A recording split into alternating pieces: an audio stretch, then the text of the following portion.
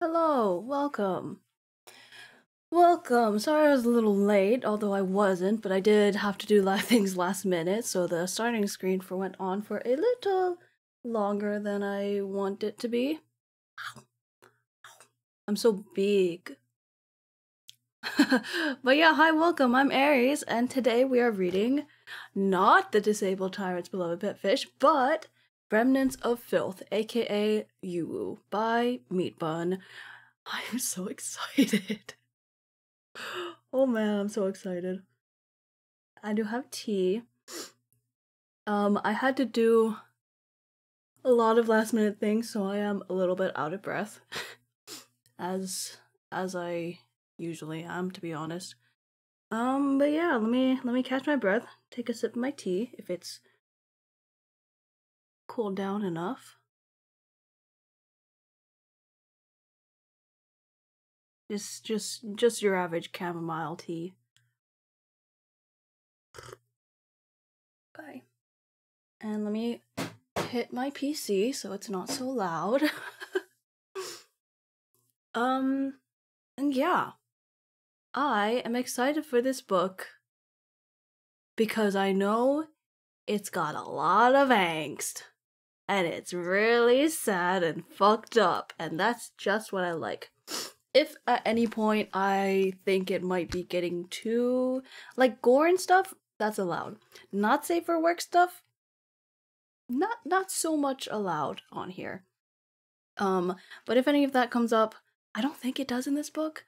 I was told that it doesn't come up in the first book. But I will, like, you know, I would have to skip that and then, like, come back to it. Just because I can't do that live. I'd have to do, like, a recording and then upload it as a VOD. As a VOD? As a video on YouTube. Anyway, I'm not entirely convinced I don't have hair in my eyes. I just got my hair cut. And I think I have hair. Oh boy, I did shower, but you know how it is. Ooh! Okay. There are trigger warnings for this book. I pinned them to the top of my chat. Be sure to look out for that. Oh, that's still hot. But yeah, we haven't had a reading stream in a hot minute. So I'm excited to get back into it.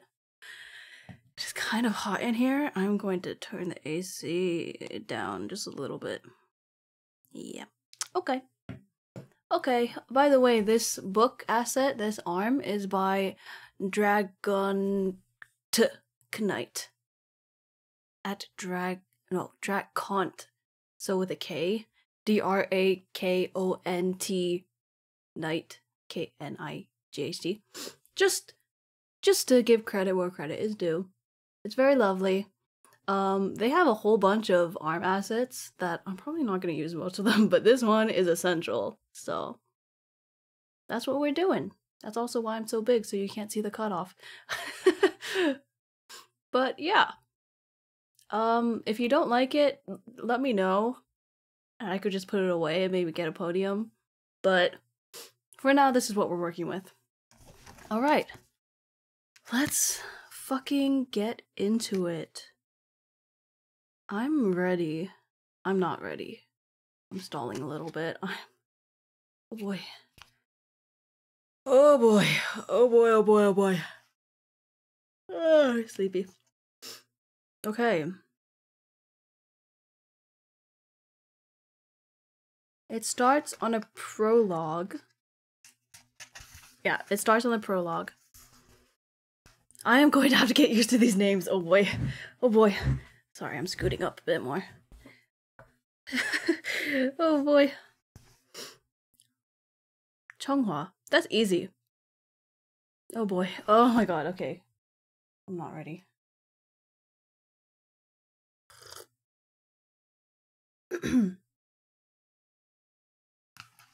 Okay, prologue. Boy. Chonghua once produced two young and promising generals as distinct as the Jing and the Wei, as different as water from flame. Jing and Wei has a footnote. First footnote in the first sentence. Alright. a saying that originates from the visible contrast at the point where the clear Jing River flows into the muddy Wei River, often used to describe two parties that are sharply divided. Sir? Sorry, my dog. He was sleeping, but now I think he wants to go out. Perfect timing, isn't it? You have perfect timing, sir. I have to like climb out of my chair to get up. Okay. I got one sentence in and then I'm interrupted. Okay, I'll let him out. I will have to go feed the dogs at 7, so in about an hour-ish. A bit less than an hour, but you know. What to do? Sir, do you want out or in? In or out? Do you wanna go out? You wanna go out? It's not time yet.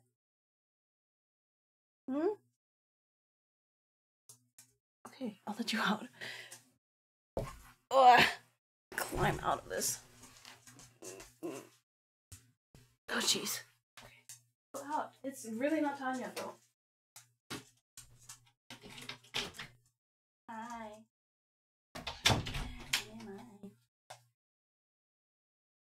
Alright, let me just climb back in. Oh, we did it. Oh my goodness.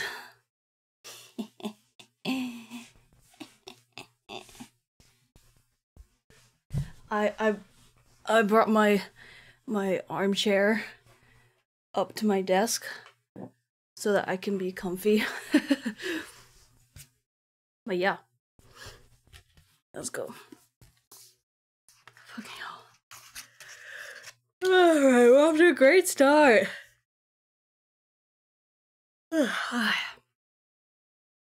The one like water was named Mo Shi, a long-life bachelor. He had an icy temperament and an ascetic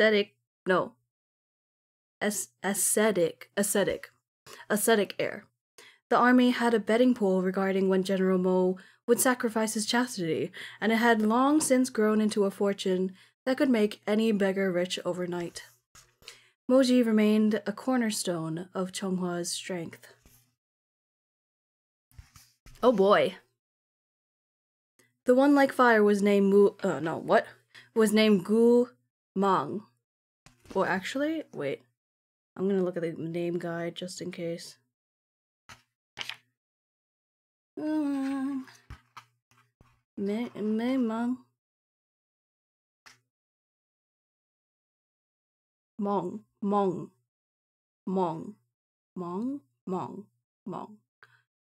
Gumong.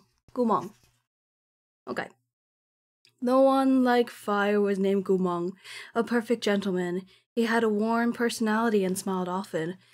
If he had owed a sack of army wages for every girl he'd kissed, he doubtless would have lost everything he owned ages ago, down to the clothes on his back. Later on, Mong turned his back to Chonghua and became a commander for an enemy nation. This is just giving a summary. Okay, let's go. It's like it is a prologue. Before Gumong turned traitor, there was a day when he was suddenly possessed by a strange whim. Grabbing a little booklet filled with his own writing, he ran to ask Moji to add a few words. General Mo's hands were full with military paperwork at the time, so he only asked General Gu, "What's in this?" "All sorts of things," Gumong said cheerfully. "Good food, interesting experiences, travel notes, weapons catalogs, and the trifles of life."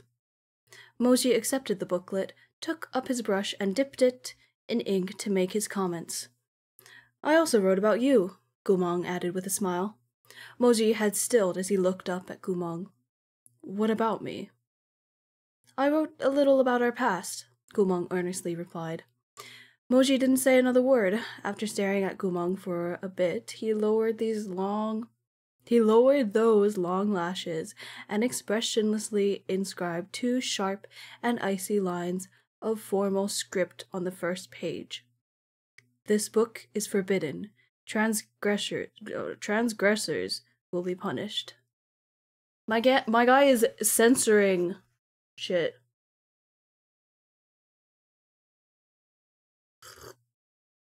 That's the end of the prologue.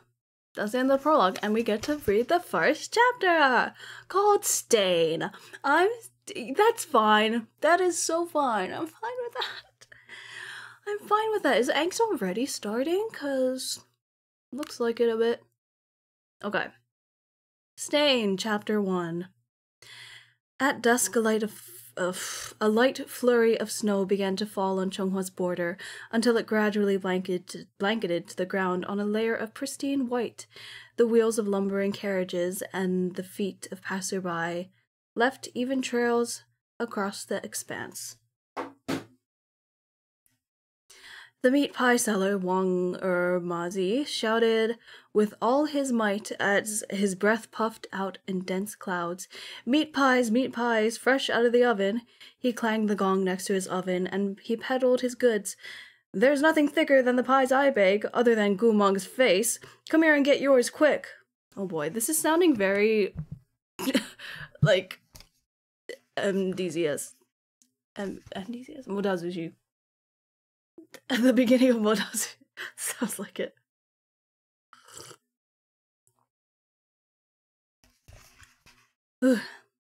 Everyone who heard snickered to themselves. This pie stall had been in business for more than a decade, and a few years ago, Wang Ermazi had sung a different tune indeed. Back then, he had crowded, look here, General Gu's favorite pies, my dear customers. If you eat them, you'll be just as successful and invincible as General Gu. Guaranteed. What a bitch. What a bitch. A strikingly outfitted cavalry troop slowly made their way toward him through the swirling snow, headed by a youth... Headed by? Sorry, my forehead is really itchy. I just trimmed my bangs, so... Eee! Where was I? I got lost! Where am I? Headed by a youth who looked to be about 17, luxuriously dressed in brocades and furs. He was the picture of indolence, with his handsome and mischievous little face bundled beneath his thick fur collar. This young man was named Yue Chunqing, and he was the deputy general of the garrison troops. He was possessed of two profoundly formidable talents. The first was being very agreeable, as the ditty went. What's the point of getting all mad? If I got sick, that would be real bad. No one's happy when I'm mad. It's such a pain and makes me sad. Yue Chunqing understood this concept to a T, and he hardly ever lost his temper. He was the most good-natured young master out of them all. The second talent was making herself comfortable as possible. He never stood... Did I say herself or... It's himself. Did I say herself? I don't know. My brain is not fully reading brain yet.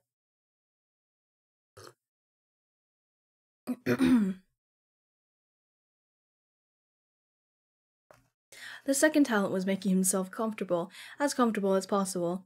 He never stood if he could sit, nor sat up if he could lie flat. Yue Chunqing's favorite thing to say was, I'll drink all the wine I've got tonight, and mooch off my bros tomorrow. He never deprived himself when it came to enjoying nice things.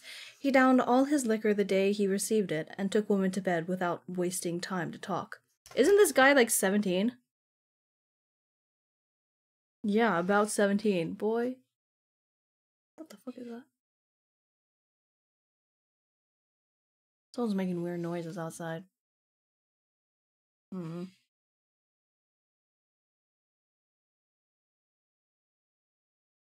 Hello? Okay, whatever. That's really distracting. Okay, As for patrolling, he'd have his fun, and then he'd patrol. The frontier fortress at the northern pass had many markets like this, most of which sold things like animal hides. Can you hear that?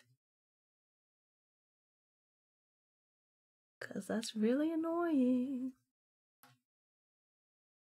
I swear to God.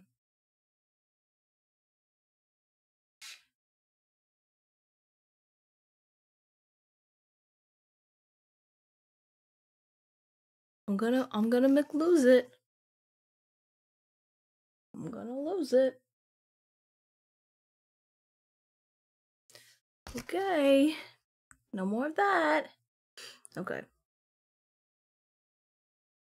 The frontier fortress at the northern pass had many markets like this, most of which sold things like animal hides, herbal medicines, stones, spirit stones, and slaves. One right after the other. This is great. We're having so much fun. Oh, you know what? I know what it is. That dog's not gonna stop barking for a while.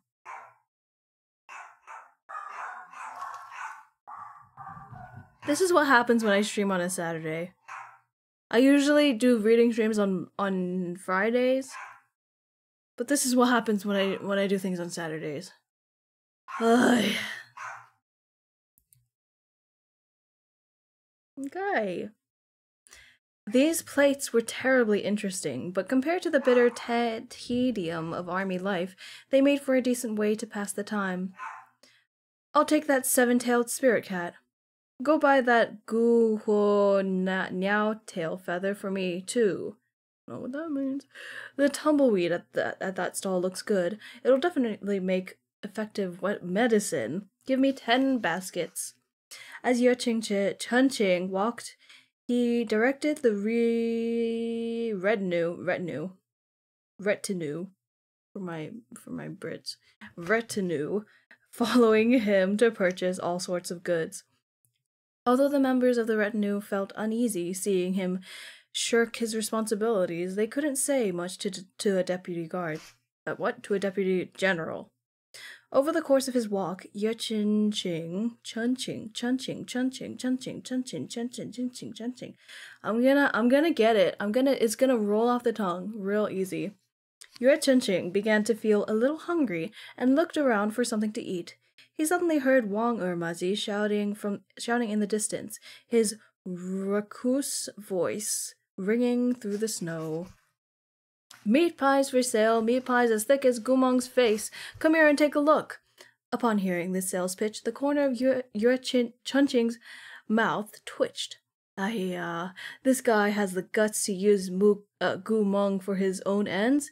Doesn't he know that Gumong is a taboo subject with our commander, Moji? If Moji heard, we'd all be doomed.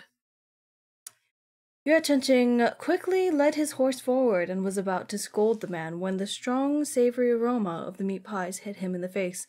Just as Chun-Ching's reprimand reached the tip of his tongue, he swallowed it, along with the drool about to drip down his chin. The stall-keeper, Wang Ermazi, looked up. Officer, a pastry for you? I'll have one, I guess. Alrighty, Wang Ermazi nimbly grabbed a golden brown pie from the oven with his tongs and stuffed it into an oil paper bag, which he passed to the customer before him. Here you go, careful not to burn yourself. You gotta eat these pies while they're hot. Chun-Ching accepted the piping hot pie and took a crackling bite. What? A crackling bite. I just ate, but now I'm hungry again. Scalding juice flowed out from the crispy golden brown pastry as the flavors of wheat dough, ground meat, and crushed peppercorn blossomed on his tongue, their smoky scents filling the air in an instant, and he swallowed hungrily. Tastes as good as it smells, Chun-Ching couldn't help but exclaim in admiration. Does it? Everyone knows my pastries are the best. Oh, doesn't it? Everyone knows my pastries are the best. Wang Ermazi bragged in delight.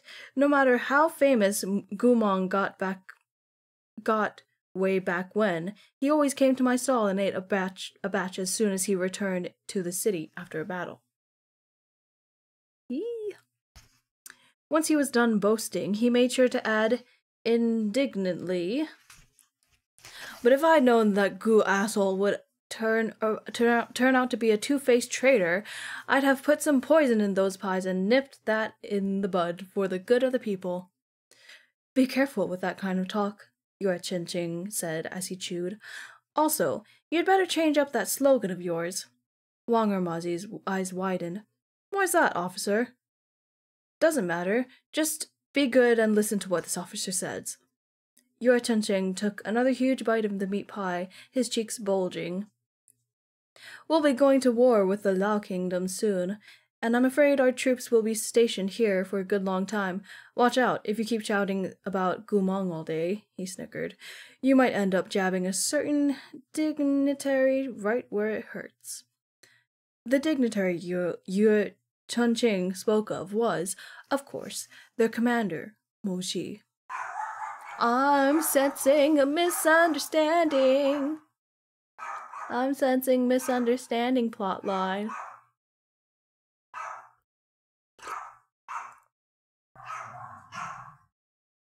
I love that. That's great. Keep going. Keep going, guys. Keep going.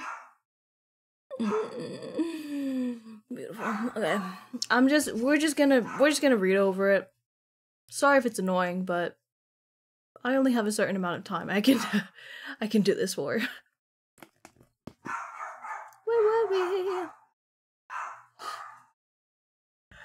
we? Goodness gracious.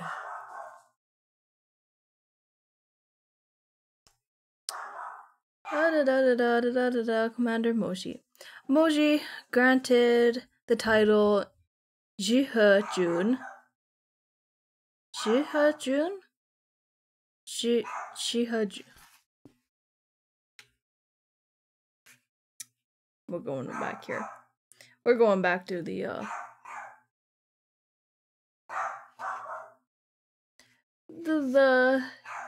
pronunciation guide.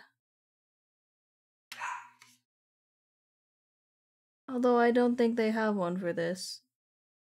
That's fine.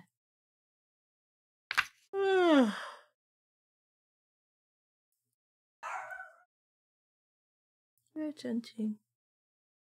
Oh, it means the morning sun. That's cute.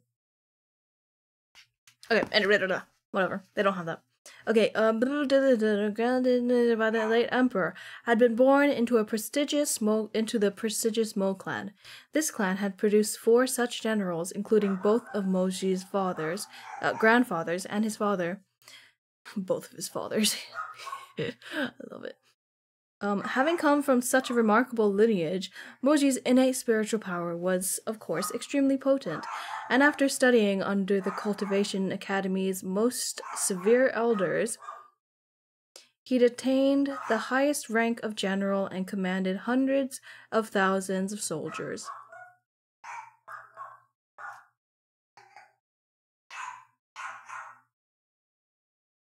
I'm gonna be right back. I'm gonna just try to stop this nonsense. Real quick. BRB.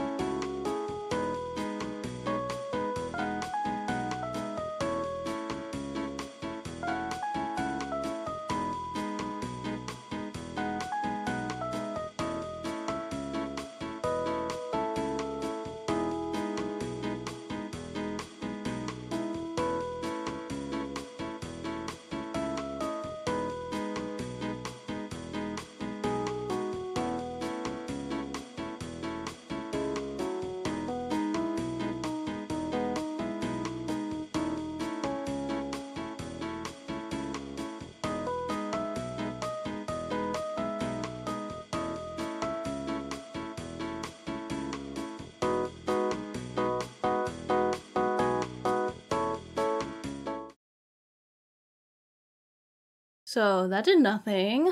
They're still gonna bark. But I tried. I can't say I didn't try. So Alright, for real, let's get into it.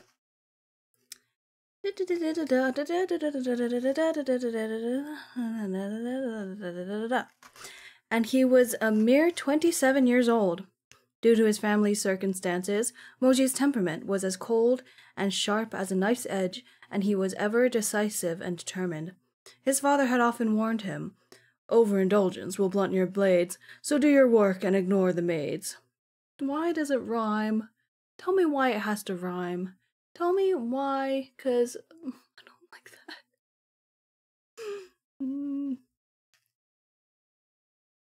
Thus Moji was assiduously? I have no idea what that means, but let's keep going.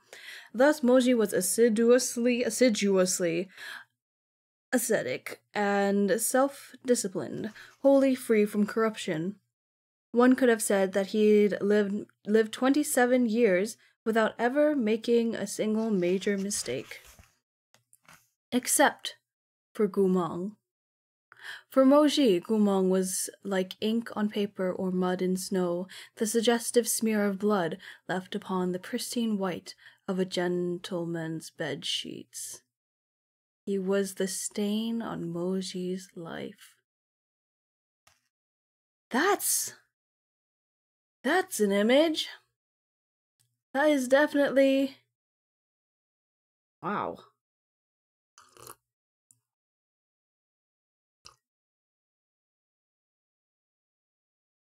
That is something. After nightfall, that was a scene break. After nightfall, a clarion melody pierced the skies in the barracks of the frontier fortress. The opera singer's voice was languid and slow as it drifted, ghost-like, across the frost. Ooh, across the frost. Rain falls soft over Yuchi Pavilion, sun shines down on Jinni Hall. Let wine and music flow for all. Mean, although their lives may seem, matters of ants are not too small. Those are all that. I'm assuming that's what she's singing. The soldier guarding the deputy general's tent looked left and right, the very image of a startled quail. At the sight of a tall, black-clothed silhouette approaching, he couldn't help but pale and lift the tent flap in panic. "Uh-oh, bad news," he cried. "What's up?" Inside the tent, Yue Chenqing yawned atop the general's seat of honor and opened his eyes, propping his chin to his hand. "Ayya, look at the time! Deputy General, you should hurry and go on patrol. Stop watching this show." "What's the rush?" Yue Chenqing said lazily. "There'll be plenty of time after I'm done." Then he turned to the performers in the tent. "Don't just stand there, keep singing." The music floated up into the clouds, the singer's voice like a faint, silken ribbon drawn out high and long. In the shade will a kingdom rise. In that shade will a kingdom rise. A lifetime's work etching into his eyes. Qi Zhuan's teachings only partly gleaned. When will the east wind wake me from this dream? Footnote, from a tale of Nanke, an opera by Tang Xianzhu. My dear Deputy General Yue, my good Deputy General, please stop their singing," the personal guard said anxiously. "What on earth is all this?" "Life is brutish and short, so we should find our joys where we can," Yue Qinghuan happily chewed on his fingernails. "Otherwise, our days would be sorely lacking in spice." But if Shihe Jun sees a... I really gotta figure out the pronunciation of that. Shihe Jun sees a display like this, he'll get angry again. "Shihe Jun isn't here, so what are you worried about?" Yue Qinghuan chuckled. "Besides, Shihe Jun stalks around looking dour all day long. He didn't put any effort into cheering himself up. He doesn't put any effort into cheering himself up. He's a grown man, but he still throws a fit if he hears me tell a dirty joke. How exhausting would it be to try to keep him happy?" "Deputy General," the guard seemed to be close to tears, Lower your voice, please. Why? Because... The guard's gaze flitted toward the gap in the tent flap. But because... he stammered. Ye Chunqing sprawled out in the general's seat and even plopped Zhi Hejun's silver fur coat on his head. Did Zhi Hejun spook you guys? He laughed. Why are you stuttering as soon as you say his name? Ye Chunqing sighed. Then again, Zhi Hejun sure is something. He's the one who wants to live like a monk, but he makes us all suffer in boredom alongside him. Look, in our whole company, there's not even a single female dog. Okay. Okay? Does that mean something else, or does that literally mean a dog? I'm confused. It was true. In all of Chunghwa's military, the branch under Zhi Hejun had it hardest. Although the troops under his command didn't lack for food or clothing, the man himself was boring and strict. Just as Ye Chunqing said, it would have been fine if Zhi Hejun merely insisted on personally avoiding carnal pleasures, but he forbade his subordinates from seeking out fun with girls as well. Ye Chunqing clearly found the situation hilarious. He held back his laughter to sigh with a wholly feigned seriousness. He got everything going for him except for the fact that he's way too controlling. Look, he's an obsessive clean freak overthinker with no hobbies or interests to speak of. What a waste of that handsome face. He's right there, isn't he? He's right behind him, isn't he? He's right behind him, isn't he? The guard looked like he was watching a disaster unfold before his eyes. Young Master Ye, stop talking, he blurted out. But Ye Chunqing didn't stop. In fact, he became even more excited. Don't you feel pent up, like you're about to burst? While he's away, I'm going to take the chance to cut you some slack. Tonight, let's have the brothers go have all the fun they like. We'll open the gates and host a beauty contest by the bonfire. I want to crown the prettiest girl in the nearby villages. You want to crown who? A man's low voice cut through from outside. The tent flap lifted with a swish, and the man walked in. The tall man walked in, clad in silver armor that flashed like frost. His uniform was proper and neat over his wide shoulders and slender waist, and his long legs were wrapped in military boots of black leather. His refined and elegant features made an indelible impression as he looked up with icy sharp eyes. This was none other than the Zhi Hejun whom Ye Chunqing had been having fun mocking, Moshi. He is right behind me, isn't he? Why had Moji come back? No, why had Moji come back now? At first, Ye Chunqing was struck dumb. Listen, I'm on Scumville and Brainrot still. I keep wanting to say Ye Ching. No, wait, who? Actually, I'm not sure who I'm thinking of anymore. I don't remember. Anyway, at first, Ye Chunqing was struck dumb. When he came back to his senses, he shuddered, bundling himself up tighter in the furs. General Mo, Deputy General, you have put on a show of being pitiful. Why didn't you tell us you'd be coming back early? His was due to Moji, who, finding his whining unbearably disgusting, chose to summon a sword of spiritual energy and fling it a hair's breadth from Ye Chunqing's cheek. Illustration! It's so cute! That's him? Okay, slay. Slay, slay, slay. It's of this moment. It's of this exact moment. It's really cute. Having narrowly avoided decapitation, Ye Chunqing scrambled up from the general's seat. Zhi Hejun, how come you're so violent? He demanded, pushing his hair out of his face. You're questioning me before I've had a chance to question you. Tell me, why are there... Oh, my bad, this is Moji. You're questioning me before I've had a chance to question you. Tell me, why are there women among my troops? Moji shot a glance at the petrified songstress before turning back to stare at Yue Chin-ching. You brought them here? Yue Chin-ching initially wanted to keep complaining, but he quailed the instant he met Moji's eyes. Don't be like that. I was only listening to a song, okay? A famous song from Li Chun. Does Ji Hejun want to hear it too? Moji's expression was cold and annoyed. Obscene music, he said irritably. Drag them out. Thankfully, he didn't end that sentence with, and have them beheaded. Yue Chin-ching went back to whining as he curled up atop the general's seat, the picture of misery. You're so cold-blooded and heartless. I'm going to tell my dad you were mean to me. I'm telling my father about this. Fucking bitch-ass. Yue Chin-ching was struck speechless. After Yue Ching... Oh my god, Chin-ching. Sorry, my face is so itchy.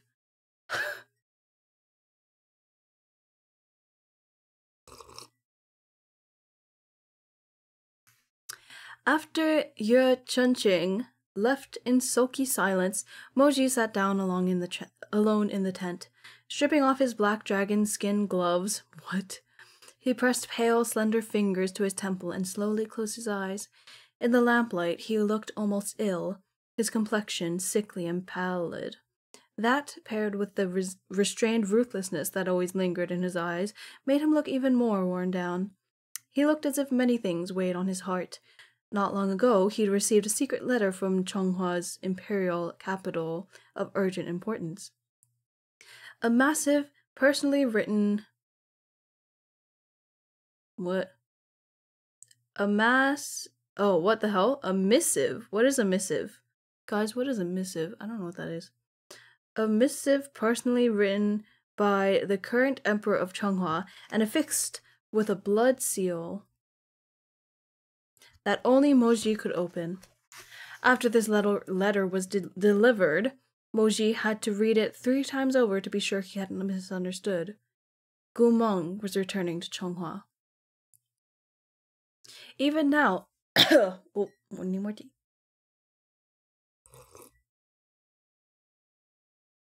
Even now the letter was tucked away in Moji's coat, warmed by the heat of his chest, pressed where his heart beat strong and steady.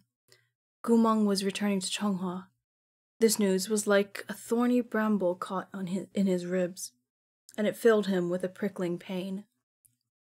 Moji furrowed his brows, striving to suppress his black mood, but in the end that burning rage still poured out. His eyes snapped open as a long, leather-clad leg kicked out and overturned the table in front of him with a loud crash. Hiya, General Mo! The guard keeping watch outside the tent leaned in through the flap, uneasy with fear. Please calm yourself. It's only natural to play around at young Master Yue's age. It's this subordinate who failed to appropriately handle the matter and neglected to stop young Master Yue from listening to that opera. If you want to punish or blame anyone, you only need to say so, but by all means, don't make yourself sick. Moji whipped around. In the dim light, his eyes were like sparkling flames. Get out.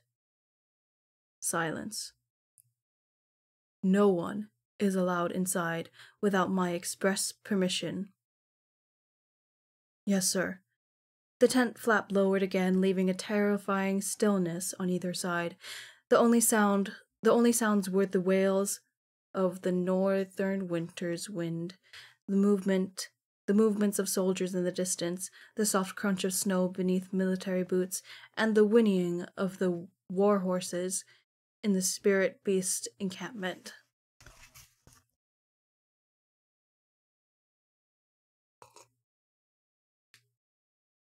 Moji turned his head to stare down at the mulberries rolling across the floor. It was as if those berries were the heads that Gu Meng had personally plucked off those past few years. He wondered how this person, who had committed so many cruel, wicked, and vile acts, who had betrayed his country, comrades, and friends, who had earned an evil reputation, blood debts, and deep hatred, could have the courage to return. How could Gu Meng have the nerve to return? Moji collected himself. Only after making a great effort to calm his mind did he take a look at the letter. What? Did he take out the letter, worn ragged from repeated reading? The Emperor had written, in his uptight, elegant hand, "The Lao Kingdom wishes to declare an armistice. I know what that means, clearly. To demonstrate their sincerity, they will escort the traitorous General Gu Meng back to the capital. Gu Meng is of our Chenghua and once enjoyed our trust. Instead of repaying that trust with loyalty, he turned traitor for his own gain. For the past 5 years, he has plundered his mother country, ravaged the peace of his native land, slaughtered his former comrades, and forsaken his past friends. Such crimes cannot be pardoned. In 10 days, Gu Meng will return to the city in shame. With the need for vengeance so widespread, we cannot make a decision alone, and we urgently write to each noble lord for comment. General Mo, even though you are guarding the nation from afar, you are a trusted ally. What? You are a trusted aide of ours. Therefore, your timely advisement is sincerely requested. With regards." Moji stared at the secret missive for a long time, then burst out into mocking laughter. Traces of bitter pain and deep hatred gradually appeared on his face. Should he be killed or kept alive for some other use? At this point, Moji didn't want to care anymore. He didn't want to care anymore. But he can't not care. He and Gu Meng had their fights and their grudges. They talked of their dreams and shared wine from the same bottle. Over the course of being acquainted for more than 10 years, from the days of their youth to the unfathomable changes later on, they'd weathered countless hardships together. Gu Meng had been his companion, his rival, his Shishong, his comrade in arms, and in the end, Gu Meng became an enemy he was meant to slaughter.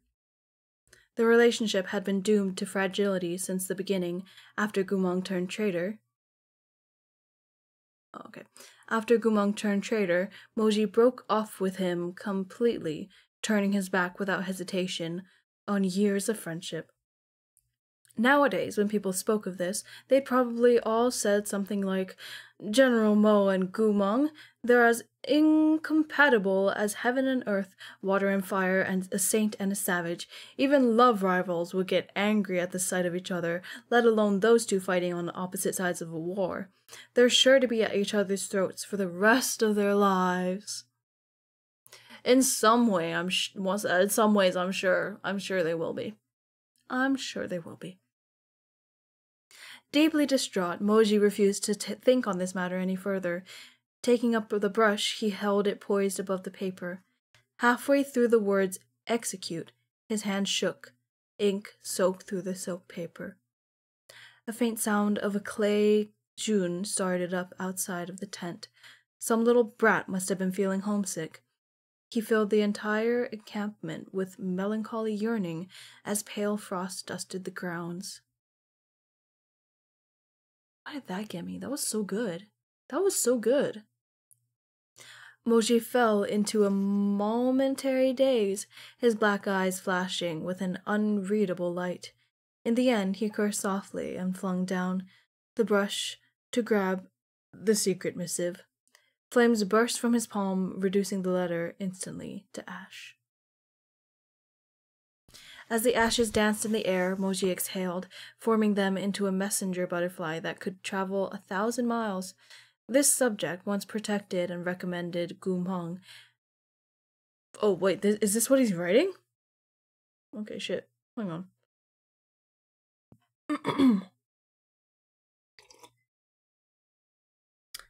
This subject once protected and recommended Gu Meng, and thus must bear blame for his treason. As for the trial, this subject should avoid suspicion and abstain from comment. He continued in a measured tone. Moji of the Northern Frontier Army wishes your Imperial Majesty well. He lifted his hand, and the spiritual butterfly swiftly flew off. He gazed in the direction in which it had disappeared, thinking to himself that this, his decade-long entanglement with Gumong, was finally settled. Gumong had murdered so many Chonghua soldiers and broken the hearts of Chonghua's people.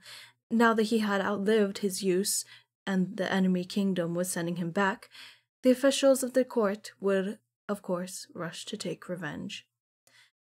But Moji had to stay at the frontier for another 2 years. It appeared that he wouldn't be able to watch Gumong's execution. Enemies, nemesis, adversaries. These were the final conclusions others would one day draw from their relationship. He faced... These dogs are tripping me up.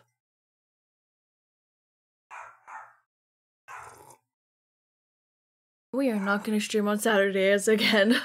Never again. Huh? Wait, sorry. I just read ahead a little bit. What the fuck? Okay.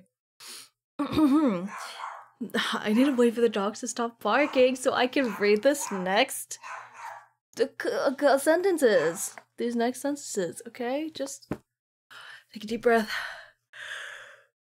That is maybe a yawn.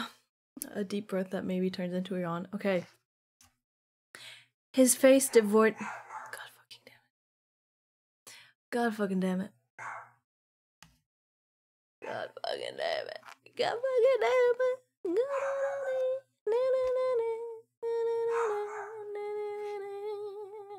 Wow, chamomile really makes me sleepy though. It's the only tea that doesn't like give me that residue, like the dustiness of tea, kind of, if that makes sense. That one and this throat coat one that it says to take 10 minutes to brew, but like that's too long. That is too long. It also kind of tastes like cereal somehow. I don't know how it does that, but Anyway, his face devoid of expression, Moji thought perhaps no one else would ever know that he and Gumong, who appeared to be incompatible, irreconcilable enemies, had in fact slept with each other. There it is. There it is, folks. Perhaps no one would believe it, even if he said it out loud. Their ascetic and disciplined General Mo had once pinned Gumong to the bed and taken him ruthlessly. This immaculate saint had lost control on top of Gumong, sweat dripping down his chest as desire inflamed his eyes. As for the fearsome warrior Gumong, who seemed to have been born from the fires of war, Gumong had been fucked to tears in Jihejun's bed, parted his soft lips in a plea for Jihejun's kiss, and allowed Moji to leave smudge marks across his rugged and muscular body. They were enemies, separated by a chasm of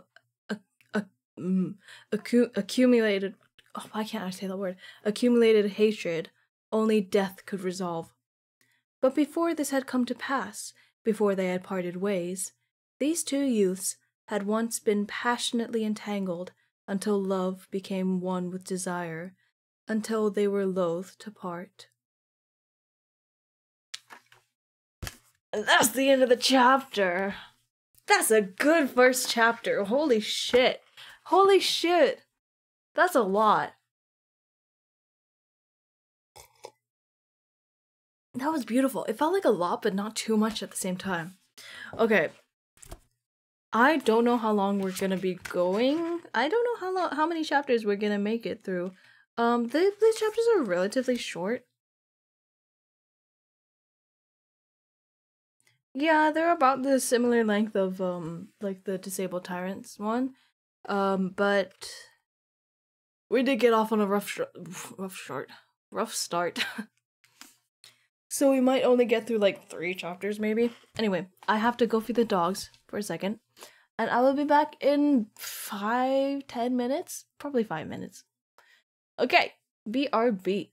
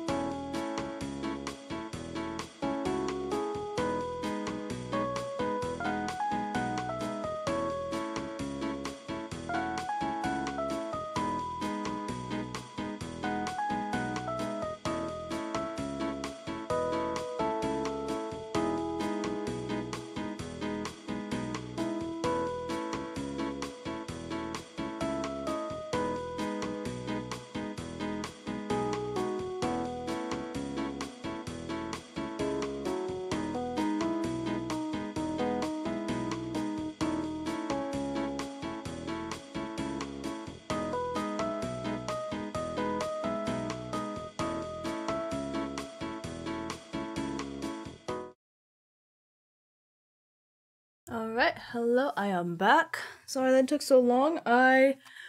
Well, the dogs took longer to pee than I thought they would, so that's what that is.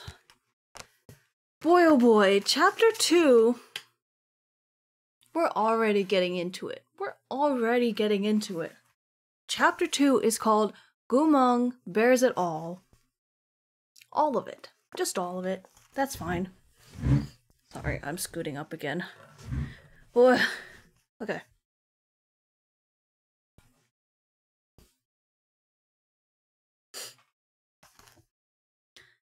Oh boy. Oh boy, oh boy, oh boy. Oh boy, oh boy, oh boy. Oh boy. Oh boy. Okay.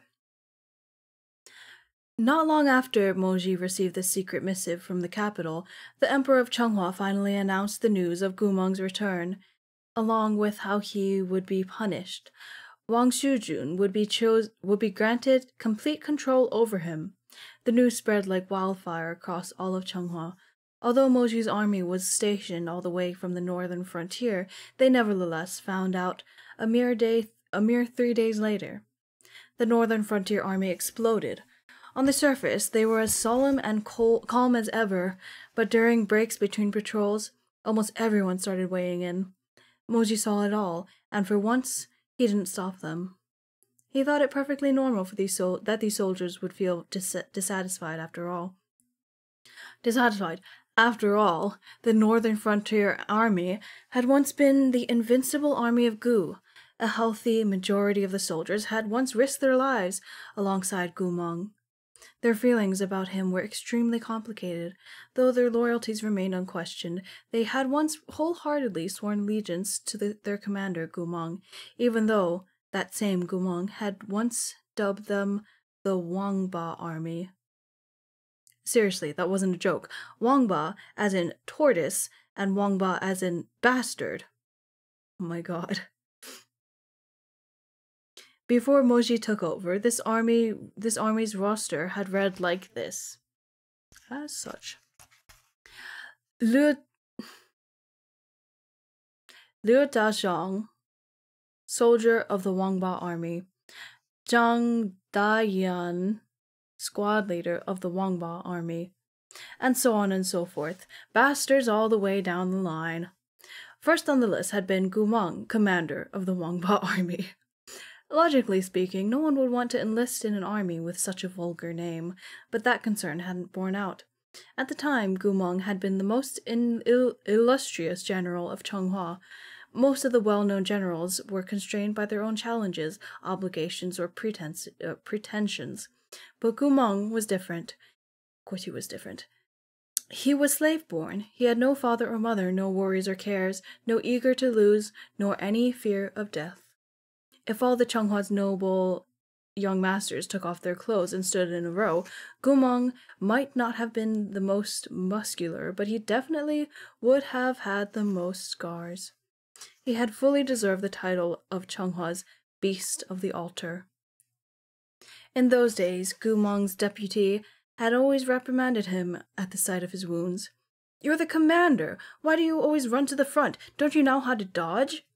Gumong would smile. His dark eyes were very bright, and his lips looked very soft. I wonder from whose perspective we're seeing this from. His voice was naturally smooth as silk as he cheerfully mollified his angry friend. "My legs are too long. I have no choice but to run fast. No choice at all." His very presence seemed to bring laughter and sweetness to the battlefield, and though such places could be more than freezing cold and crimson blood. Okay, that didn't make sense in my head. As though such places could be more than freezing cold and crimson blood. He remembered every one of his comrades' birthdays, and between battles, he often took the cultivators from his camp to make merry and drink wine in some little village. Sometimes they'd be met with crafty villagers who charged sky-high prices, but General Gu never got angry. He merely laughed and tossed all his money on the table in order to buy his soldiers wine and meat. In the end, he'd yell, "Eat up, drink up," You better all stuff your faces and eat your fill. You're my precious darlings. If there's not enough money, I'll pay in other ways. Gumong was a man of his word. He traded fur coats for wine and spirit jades for meat, and once even took off all of his military robes and armor and tossed them to the bar in exchange for Nuerhong rice wine, at which point the army thugs started laughing and heckling him. General Gu, we want beef too. Do you have anything else you could take off? Oh! The rice wine has a footnote. A rice wine named after a tradition where wine brewed at a daughter's birth is left to age until her wedding, then tasted as part of her dowry. Yes, we learned that from the previous books. Oh my god, my dog is crying at my door. I have to let him in, he's so pitiful. He is so pitiful. Let me crawl out of my chair again.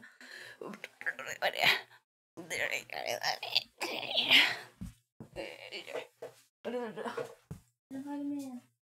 He's just a baby. He's just a baby. He's just a baby. He's just a baby. He really is just a baby. He needs his heated pad on his bed.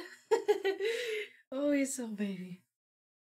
No, don't. No. No, you keep that blanket over the pad because listen, you don't want to be directly on. Sorry, I know I'm.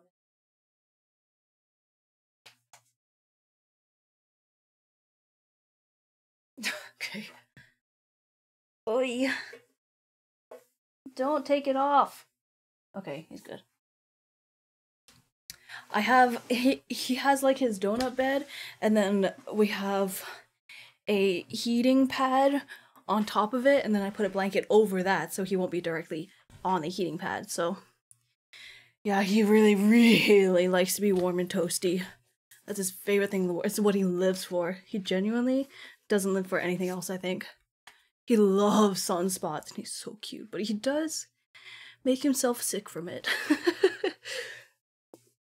Oh, you silly boy. Okay, where were we? Take off your... Oh my god. Do you have anything else to take off? By then, he'd already stripped down to a single snow-white robe, but he still laughed and pointed at them. Just you wait. No way, General Gu, you wouldn't really take off your underwear too. It can't be worth very much. Gumong didn't plan to take off his underwear, but it was true that he didn't have anything else left. He bit his lip in thought, and before everyone's amused and shocked expressions, he scooched up to the pretty widowed proprietress and planted a kiss on her cheek. The soldiers all stopped talking and stared. Even the window was stunned speechless. Even the window... That's so silly. Even the window was stunned speechless. Drops of wine... Oh, God, it says widow. I can't read. I was confused. Even the widow was stunned speechless. Drops of wine plinking off her ladle. It took her a moment to snap back to her senses and start chasing after Gumong, ladle held aloft. Shameless, you awful flirt! Everyone roared with laughter. Amid the thigh-slapping and sympathetic wincing, the widow chased Gumong around the entire room. I'm serious, Gumong cried, begging for mercy as he ran. You're beautiful, you're beautiful! I know I'm beautiful. You're not bad-looking either, young man, but you're way too fucking shameless. Couldn't you sneak out here alone and kiss me at night? Why'd you have to do it in front of so many people, pervert? I love her. This pervert ran about in utter chaos, yet he made sure to shamelessly shout, Yes, I'll come over tonight. I'll come over tomorrow night, or I can stay here tonight, as long as you give us another 2 caddies of beef. Please, dear miss. Pah, you've already asked me for beef on credit 3 times since you've been stationed here, and this is the 4th. Every single time you say you'll come over tomorrow night. Do you think I'm gonna fall for your tricks? The widow yelled back, her little fists punching the wooden bar so hard it cracked. The army ruffians were laughing so hard they were about to fall over. No matter how indignantly the widow spoke, in the end, Gumong was still able to use his pretty face and the promise of coming over tomorrow to secure another 2 caddies of marinated beef for his brothers. General Gu, you sure know how to win people over. Of course I do. What the hell? I just came up with a... Anyway. Of course I do, Gumong said smugly, preening with delight. I've gone through thousands of beautiful flowers. Everyone knows of my exploits. With a commander like that, it was no wonder a youth in those days... What? It was no wonder a youth in those days grandly declared, "Who cares if they're called the Wangba army? Even if they were the Jiba army, I'd enlist in the cock army for General Gu." Jiba means cock, which sounds similar to Jiba, seize battle. Okay. Stupid. Oh, he's licking his paws.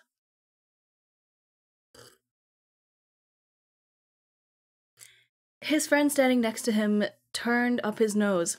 "Ayya, you read your classics in vain, I see. How vulgar." "You mean how, wait, what the fuck? Why am I just making up sentences? How would you make it elegant? If you're going to go with the Jiba army, why not call it Jiba army? Jiba as in seize battle."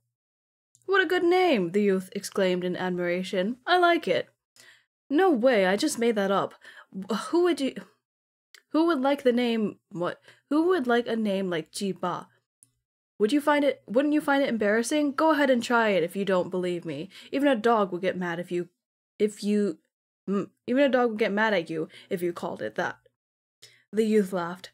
"Never say never. Just because something doesn't exist now doesn't mean it won't in the future.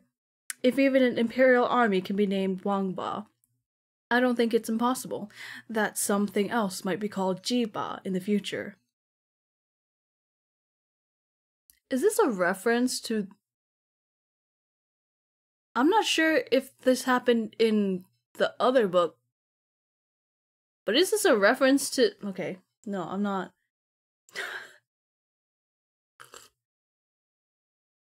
It's okay. I'm not theorizing. Fortunately, Gumong didn't hear this discussion, otherwise he might have slapped the table with a triumphant yell and changed the title to Gumong, Commander of the Jiba Army, thereby making all of his subordinates suffer alongside with him. Amid the cruelty of war, only a little madman like Gumong would be inspired to joke around. In addition to dubbing his troops the Wangba Army, he also personally crafted their flag, creatively cutting a tortoise out of a jade green banner, complete with a very realistic little tail. He cast a spell on the flag, and with every incest time that passed, the tortoise roared, "Wangba, Wangba, Chonghwa's pride, a mighty name known far and wide." In short, it was extremely embarrassing. The first time Gumong rode out to battle with this flag, the enemy general nearly laughed himself into an early grave. Nevertheless, before the day went out, Gumong's Wamba army had reduced the 100,000-strong opposing army to a sobbing mess. Gumong fought many more battles after that one, both large and small, and came away victorious every time. As a result, during the years that Gumong was a general, the enemies of Chonghua would pale at the glimpse of a tortoise's tail. The sight they dreaded most was, perhaps, that of a little tortoise flag raised up over the smoke of a battlefield as General Gu rode out, cleared his throat, and introduced himself with absolute seriousness. "This humble one is Gumong, General of the Wangba Army. I'm here to learn from your honorable selves." Okay, jeez. Failing to defeat this young cultivator was shameful enough. Even worse was having to snivel through one's report to one's emperor. Wah, this subordinate is truly incompetent and failed to defeat the Wangba army. This was the stuff of nightmares. As for Chenghua's soldiers, although Gumong was outrageous and mischievous, his charisma was unsurpassed. Many people revered him in those days, and some even took his nonsense "shitty names keep you safe" mantra as gospel. In accordance with the trend, many babies born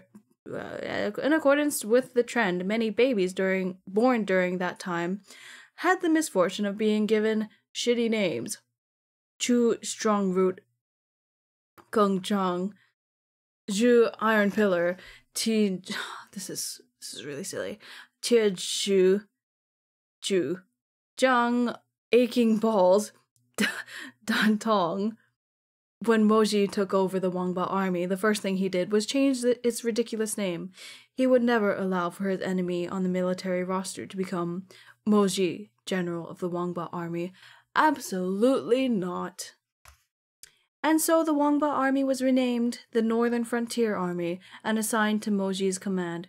The dark humor that had stood up to spilled blood and the smoke of war crumbled away, much like Gumong's glorious reputation. That's good. That's good writing. Oy. The army's existence became a solemn one. There were no more flowers or nectar, no one who would strive to memorize any of the lowly soldiers' names, no one to take the men out to make merry, no one to buy them cheap wine with the clothes off his back.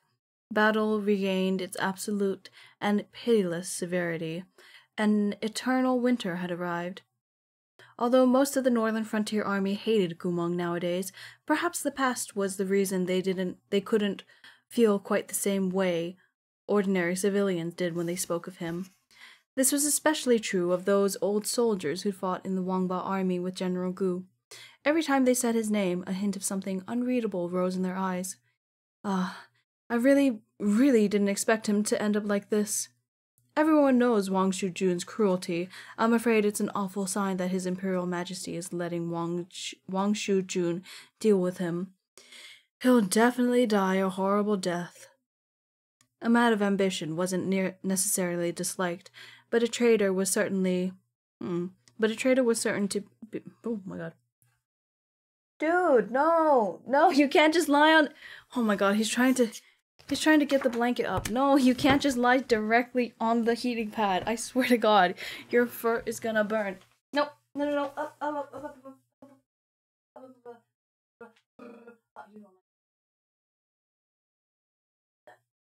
Hey.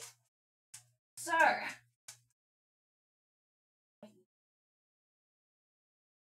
Thank you. Here, you want this? Like this? Is that better? I put part of the blanket over him in case that's what he wanted more than the sitting directly on the heating pad. It's a heating pad that's safe for dogs. It was in one of his other beds that just got taken out, so it's fine. But he shouldn't be directly on it, you know. Alright, back to it. A man of ambition wasn't necessarily disliked, but a traitor was certain to be universally reviled. Only when these veterans of the Wangba army gathered did they murmur about things that had nothing to do with hatred. As the nights wore on, some of the ones who were getting on in years finally lost all enthusiasm. What a good man he was. If only certain things hadn't gone the way they had, then he wouldn't have. Shh, be quiet. The nerve to mention such things. Do you want to die? The old soldier shook himself out of his reverie with a yelp as he realized what he'd nearly let slip. The drunken sparkle in his eyes vanished, and he couldn't help but shudder. The other soldiers continued chiding him. Now we're working under General Mo, and Gumong is the person he hates most in the world. It's not as if you don't know his temper. If he heard you, none of us would live to see morning. Ah, you're right. Silly me, getting confused as soon as I start drinking. The soldiers sitting around the fire pit fell silent and stared blankly into the flames, each of them lost in their own thoughts. After a long time, someone else sighed and said, "But everyone changes, I suppose. All we can say is that this is General Gu's fate." "How many years has it been? Why are you still calling him General Gu?" "Oh, right, I meant Gumong." It was a still night at the frontier fortress. The bonfire crackled, bursting with a stream of golden sparks more dazzling than the stars. The tipsy old soldier lay on the ground with his head pillowed on his arms. He gazed up at the starry sky and the twinkling Ziwe star, the jut of his throat bobbing as he muttered a few words no one else could hear. To be honest, it was only because of Gumong that I enlisted. I once even drank with him around the fire. He didn't put on any airs either. Back then, as I watched him laugh, I thought, if one day I could die for him in battle, it would be a good way to go. Who could have known he would end up meeting such a fate? Gone are the birds, discarded lies the bow. As a footnote, a line from Records of the Grand Historian, clan of Guo Jian, king of Yue by Sima Chan, refers to the desolate fates of those who have outlasted their use. Oh! Ouch. After making use of Gumong, the enemy nation was offering him as a part of a gift of peace and giving him back to Chonghua. This man had lived through many turns of fortune and seen much of the world's beauty, but a single wrong move had left him a traitor. What was done was done. There was no going back. Was this what it meant to reap what you sow? To be the architect of your own destruction?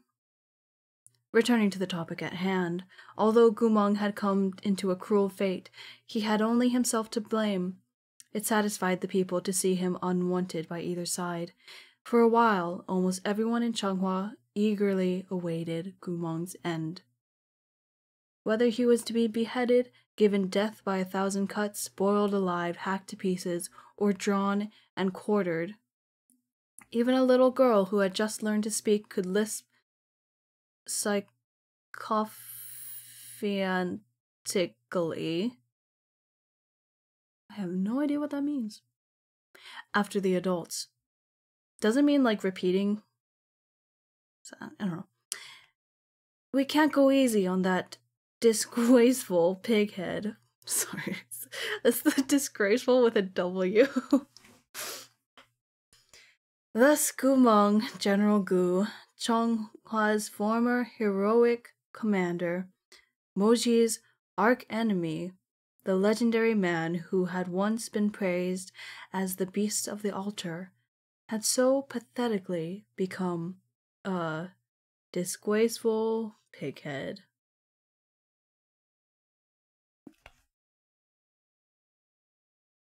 And that's the end of the chapter. That does hurt. That does hurt quite a bit. That does hurt.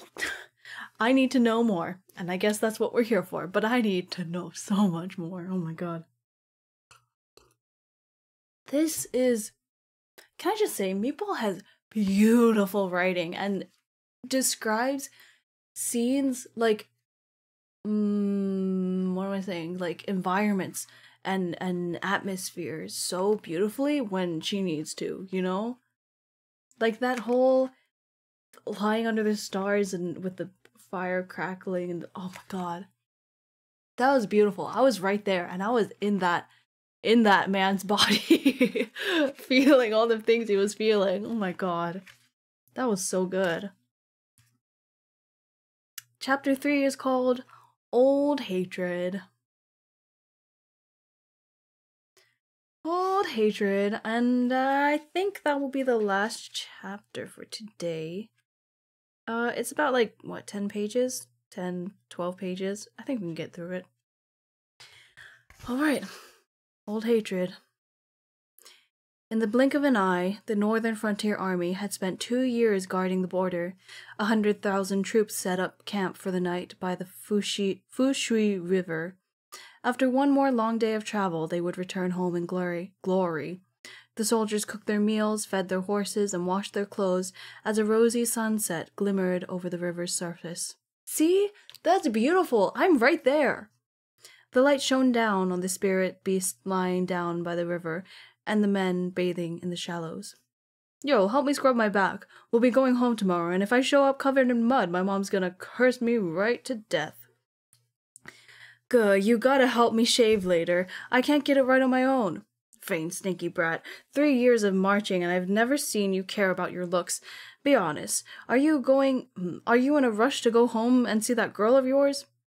A group was chattering happily in the shallow waters, heckling each other as they tidied their appearances, their eyes filled with an unstoppable sweetness. Are they all gonna die? Are they all gonna die? Because this seems like a situation in which all of them are gonna die. This is the calm before the storm. This is putting effort. This is like preparing for yourself for burial. I swear to God. I swear to God, if they all died. If they all died.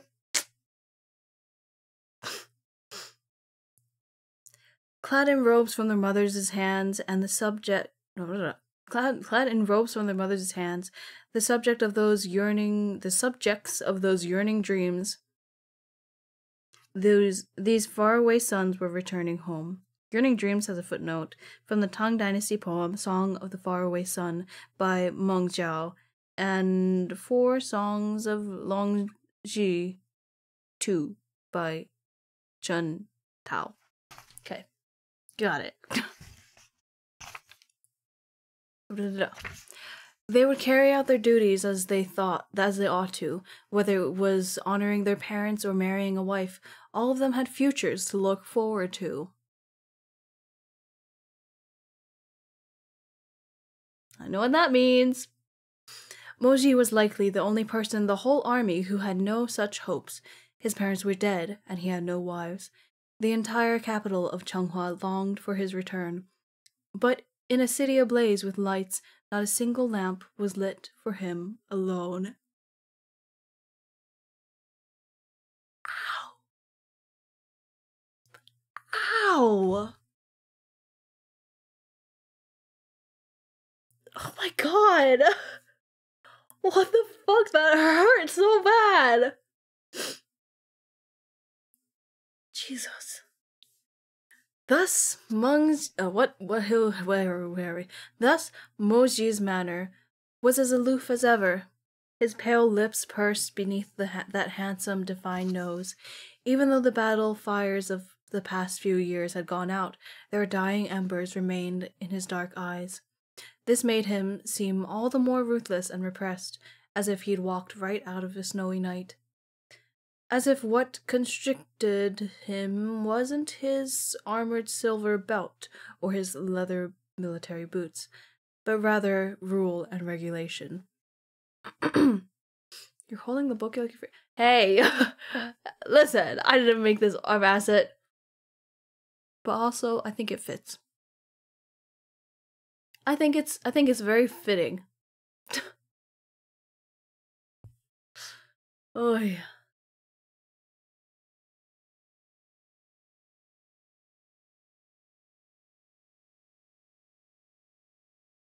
Sorry, I'm trying to drink more tea. Okay. Jihajun, once we get back to the city, you can see Princess Mengzhi again. Yue Chunqing had finished bathing and was walking up from the riverbank. When he saw Moji, he beamed. You know what they say about distance making the heart grow. If you want me to kick you back into the river, go ahead and keep talking. Yue Chunqing shut up and gave Moji a reverential bow. General Mo, I get the feeling you'll attain enlightenment in this lifetime. What a bitch. Such a bitch. Ignoring him, Moji stood on the riverbank and gazed at the distant mountains. He knew that just beyond these peaks lay Chenghua's imperial capital, which he had not seen in a long time. After a year of battles and another 2 guarding the frontier, he had spent 1,000 days and nights away from home. It was true that he didn't know how Princess Mengzu was doing. Oh my god! What the hell? What the hell? Wait, hold on! Wait, what the hell? Oh, hi! Ah! Ah! What the fuck is going on? Hi! Welcome! Silia. Actually, can you tell me how to pronounce that? Because I'm not really sure how to pronounce that. But hi, welcome!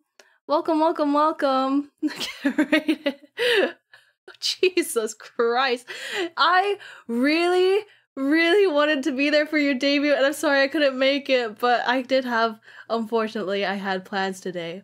But I will definitely go back and watch your VOD because I'm so excited for you! Oh my god, welcome! Welcome, everyone! I hope you have a good time here. We are on Chapter 3 of Remnants of Filth, so if you're not for that, I completely understand. You don't have to stick around, you know how it is. Remnants of Filth is a lot. But yeah, you might know about it since I know, oh my god, I cannot read everything. There's so many notifications. Jesus Christ, you guys. What the hell? Oh, also, I'll do an intro. Hi, I'm Aries. I'm a gay catboy. Pretty much. I like to read. I like to read Danmei, and that's what we're doing today. But yeah, welcome. Okay, hang on. Cilia. Okay, I got that pretty right. Cilia. You silly Cilia. But yeah, if you are not interested in this, I completely understand that. Feel free to take your leave. But thanks for all the follows. That is crazy. That is crazy. I could barely even see the raid notification because y'all immediately follow. You are all insane. You're all insane. But yeah, guys, how was Celia's debut? How was it? How was her debut? I want to know the tea. I want to know the tea. Oh boy. I've been seeing her model stuff. Oh my god, her model looks so good. I'm insane. I'm actually insane about it. I am insane about it. Look how many guys we have. It's so cute. I almost spilled tea on my book. Thanks for that. No. Yes, right. I was gonna say that we have like overlapping interests, so you guys, some of y'all might understand what we're doing here. Her model is super cute and fancy. I know, it has like two what is it? Modes, I suppose? I don't know. Oh my god, I can't wait to go back and watch that. Crazy. Anyway, we are in chapter 3 of Remnants of Filth, which is a novel by Meat Bun, but it is a Chinese gay book. Chinese gay book. So yeah, if you don't want to be spoiled for that, that's chill.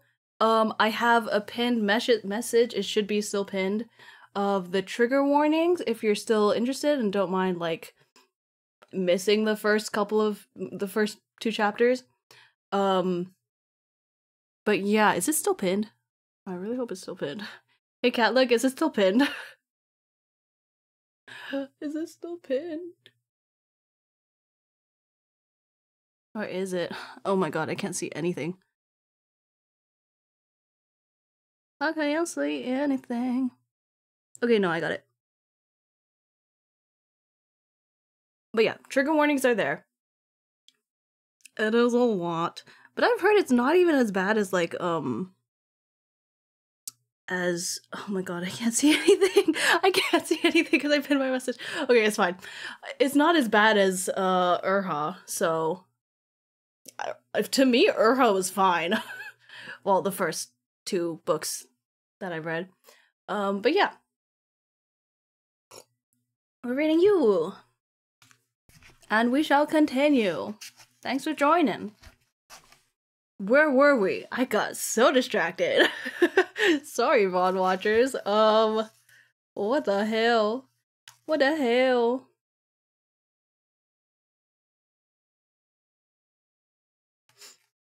Oh, weird. I can't see pinned in mobile, but in PC, yeah. Oh, really? That sucks. That's dumb. But yeah, if you want to look up the trigger warnings, you can look it up. I guess since the pinned isn't working. Dumb. I guess I can resend it.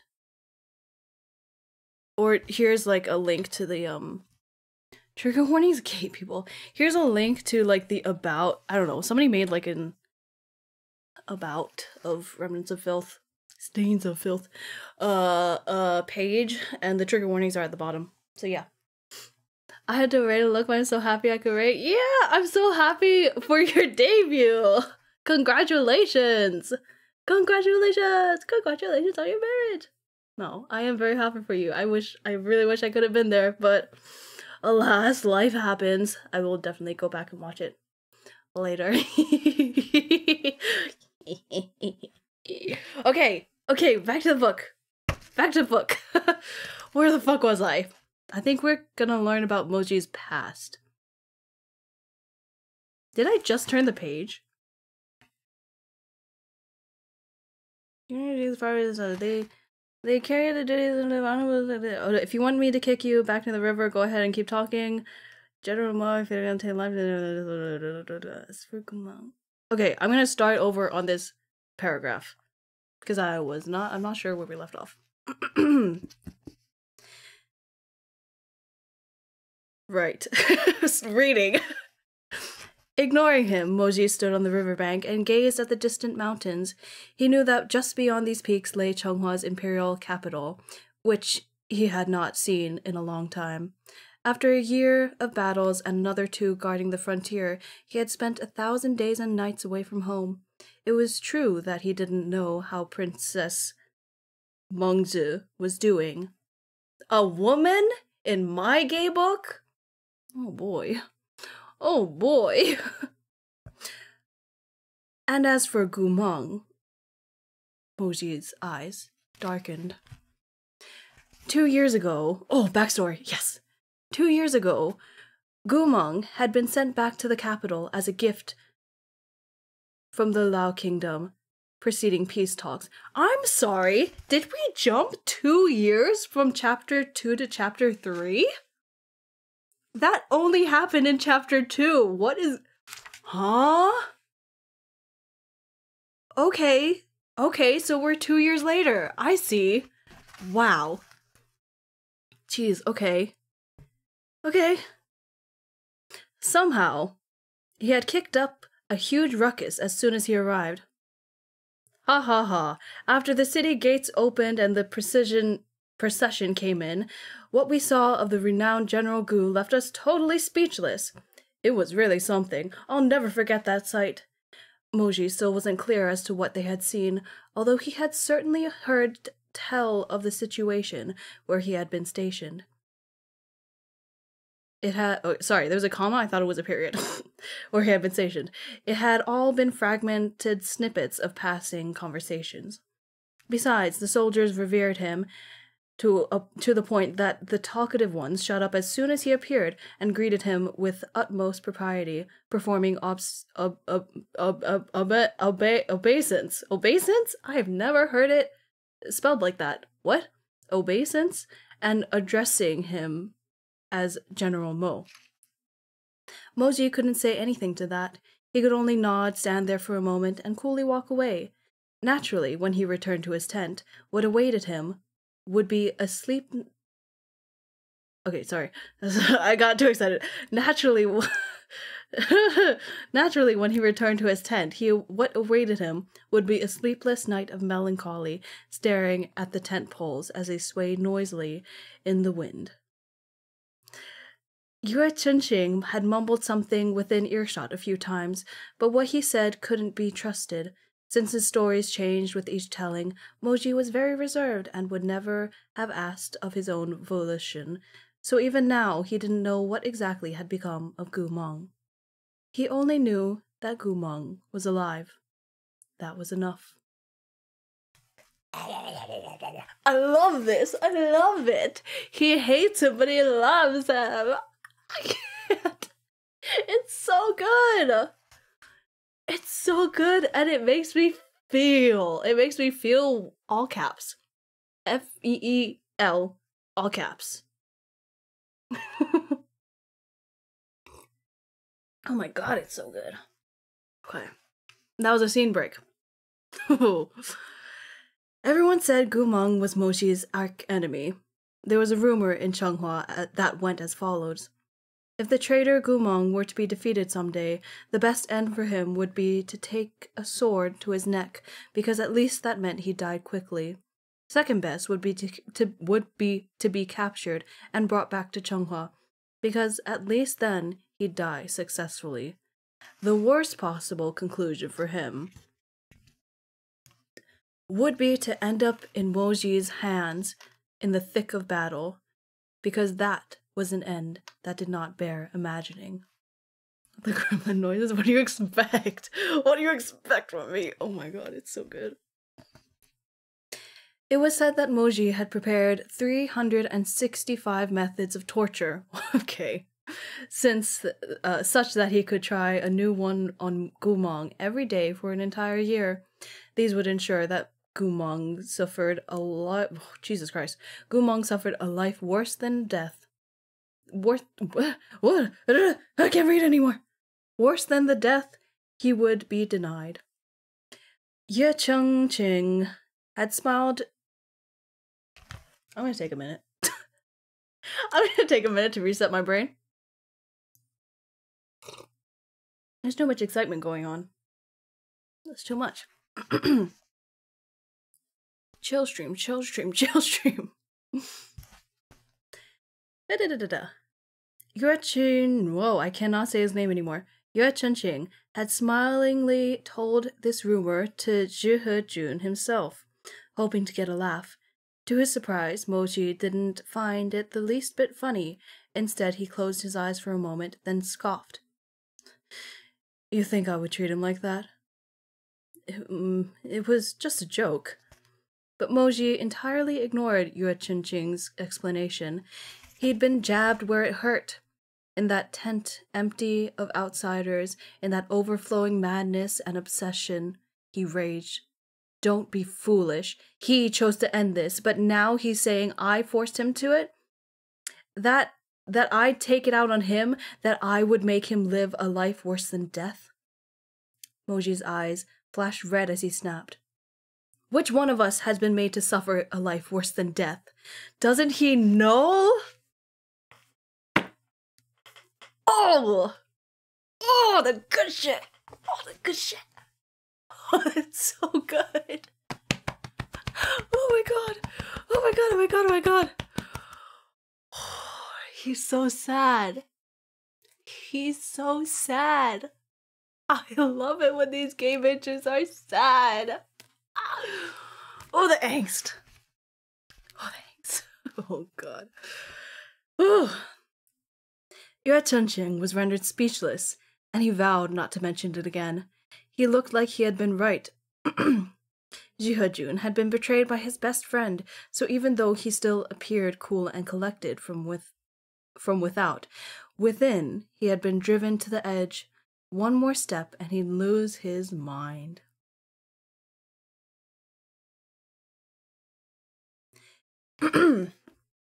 Sorry, T.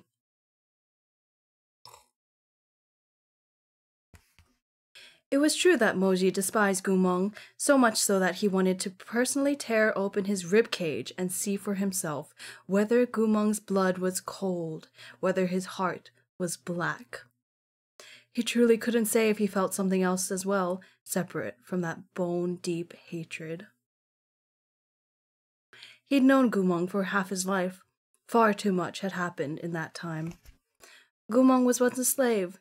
He wasn't cruel by nature. He was only too focused on making a name for himself and too blindly devoted to upholding the code of brotherhood. Unfortunately, the entirety of the 9 provinces valued bloodline above all else. Even though the old emperor had taken pity on Gumong on account of his talents and made an exception to grant him the rank of general, after that emperor passed, his successor hadn't looked kindly upon the low-born Gumong. He grew jealous of Gumong, doubted him, and stripped him of his authority. Bitch. He even crossed a line Gumong couldn't possibly endure. Moji had watched Gumong fall into the abyss with his own eyes. Moji tried to persuade Gumong as a close friend, then argued with Gumong as a comrade. They were both assigned to the Bureau of Military Affairs at the time, and Gumong was in low spirits and rarely came to work. Once, when Moji found him, he was listening to music and drinking wine in a brothel, his head pillowed on a dancer's soft thighs. At the sight of Moji, he closed those eyes that flickered with stars and flashed him a mirthless smile. Jihajun, you've come. Nearly insane with fury, Moji threw open the door and strode into the room. Amid astonished cries, he slapped Gumong across the face. Do you want to rot like this for the rest of your fucking life? Gumong was drunk. He grinned as he looped his arms around Moji's neck and crooned, Yes, noble Gongji. Would you like to rot with me? Fuck off. Gumong burst into laughter. It doesn't matter. After all, you're a noble and I'm a slave. I think you know I'm filth. I know that no matter how hard my army strives, how much blood is spilled, or how many of us die, we're still meaningless in His Imperial Majesty's eyes. It's our fault that we weren't worthy of learning cultivation in the first place. Yet somehow, despite our births, we still dared to try. I love this song.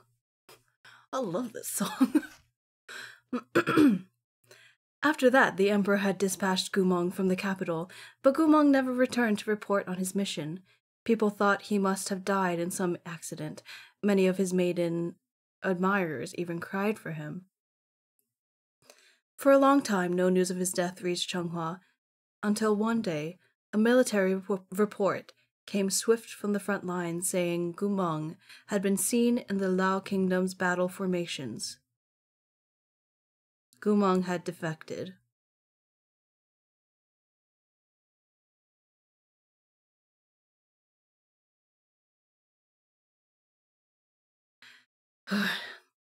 Sorry, I'm taking it all in.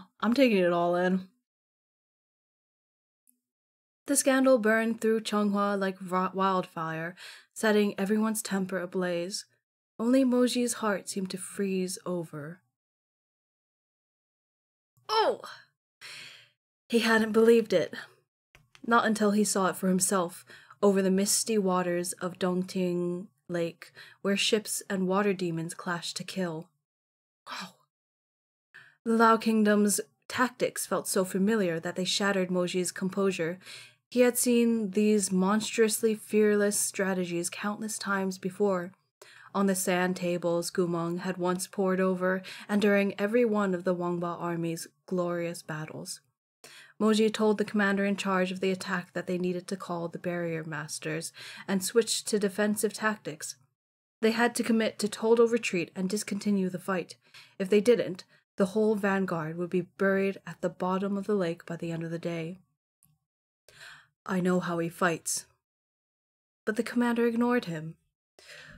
Who does Gumong think he is? Could a slave-born brat defeat a pure-blooded descendant of the gods such as I? What a fucking bitch. You are so fucking stupid, and it is clearly the death of you. Idiot. The grizzled, white-bearded noble's expression was full of arrogance. He didn't think much of Gumong at all. And so the fires of war blazed without end. The imperial army that had weathered 100 battles unscathed under Gumong suffered their first... Sorry, let me read that again. The imperial army that had weathered 100 battles unscathed under Gumong suffered their first complete and utter defeat before the Lao Kingdom's warships. Boats powered by spiritual energy exploded one after another while water demons burst out of the lake to tear cultivators apart. Fire stained the sky, blood dyed the water. Amid the wails of crushing defeat, Moji mounted a sword by himself and flew to the Lao Kingdom's command ship.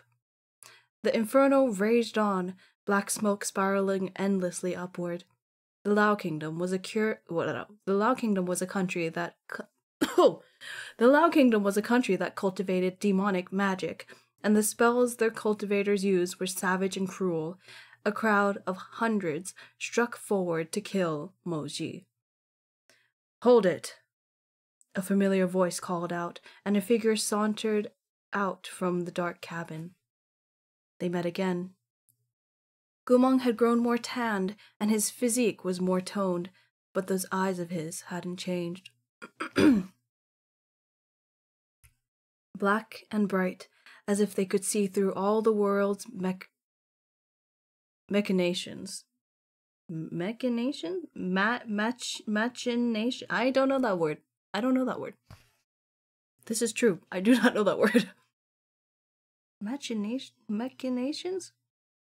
His torso was bare, a slim and well-muscled waist bound with layers of bandages, and he wore... Hang on. It took me a minute to imagine that. Of course he is. Of fucking course he is. Okay, anyway. Of fucking course he is. And he wore a black coat draped over his shoulders, a blood-stained ribbon tied around his forehead. He had pulled it off the dead body of an imperial soldier of Changhua. Gumong leaned carelessly against the ship railing, narrowing his eyes as he looked ahead at Moji. Then he grinned. "Jihajun, it's been a long time." The wind blew in coppery gusts. Oh, nasty!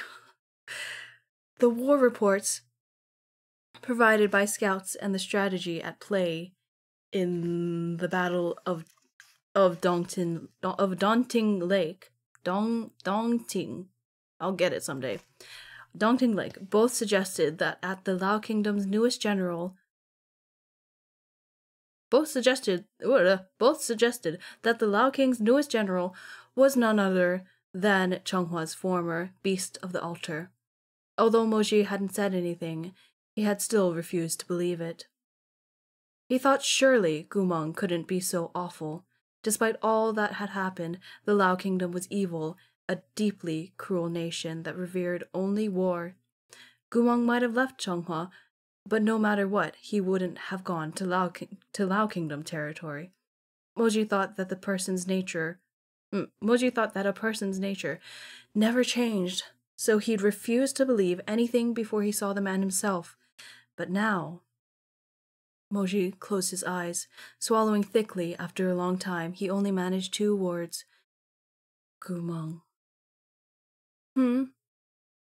Moji's voice was low, on the verge of shaking. So you've truly stooped so low. Gumong laughed in the blazing firelight, the wisps of black hair that framed his face fluttering slightly.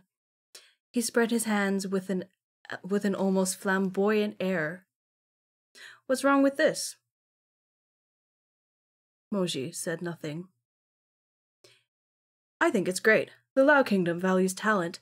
Although it's not righteous to cultivate with black magic, everyone's treated quite fairly. As Gumong spoke, he pointed at the gold-edged blue ribbon on his forehead. No matter how much of my life I devoted to your honorable country, no matter how many merits I achieved, I could never dream of attaining this kind of pure-blooded noble's ribbon.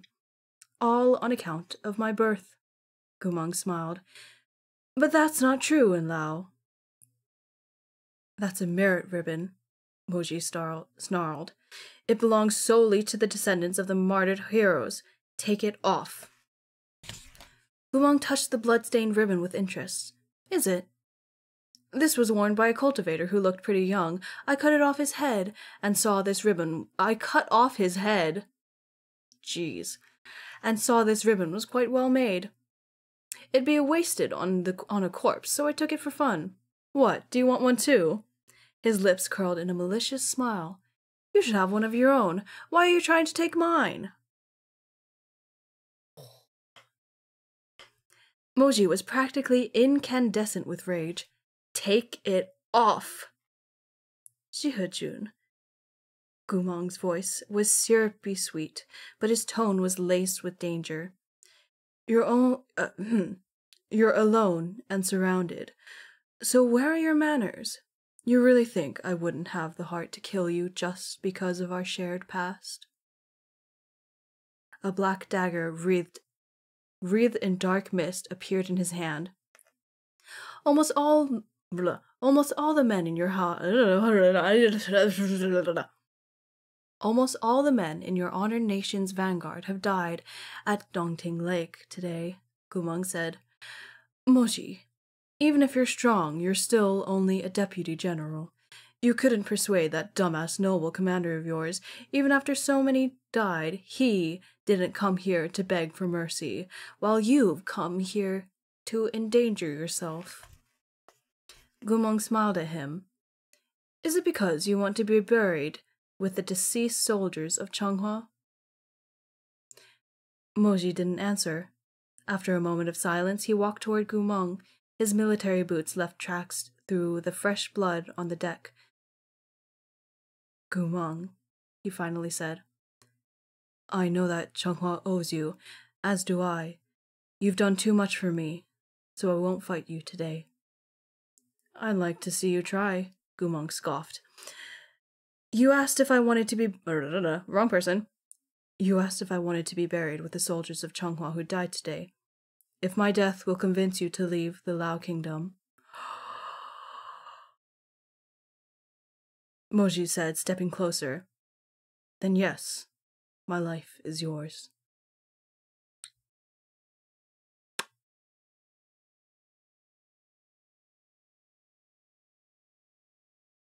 Gumong wasn't smiling anymore. He stared, eyes dark. I really will kill you. Oh my god. Oh my god. Oh my god, not the illustration. Oh my god. Okay, no, that's fine. That's fine. Ad starting soon. Okay, of course it is. You know what? Enjoy your ad, I guess. Oh my god. Holy shit. Holy shit. What a shit. God. Okay. Well, it says starting soon, but then it takes like 30 seconds to actually start. But yeah. You know what's a lot of trigger warnings? What? What? What? Tell me. Actually, no, don't. Oh, of course. I'm fucking. Why don't I expect it every single time?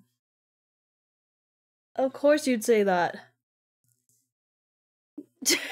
Small. Yeah, fair enough.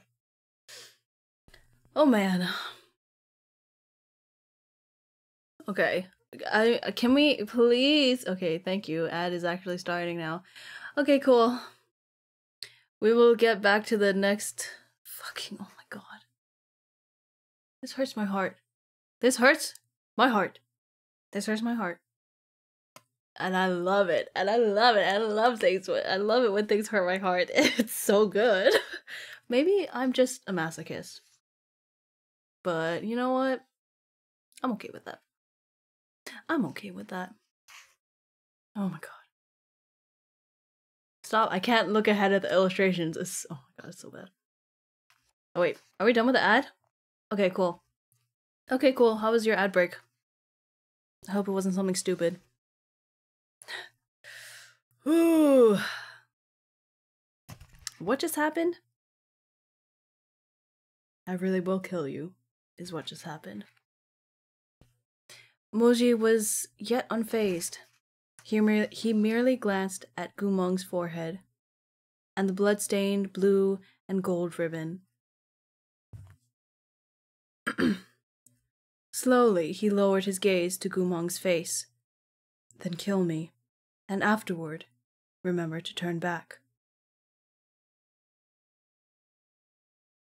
This was the last time Moji tried to bring Gumong back to shore. A white eagle swooped off the ship's mast, and light flashed from the dagger. There came a muffled ripping sound. Blood gushed from the wound in spurts.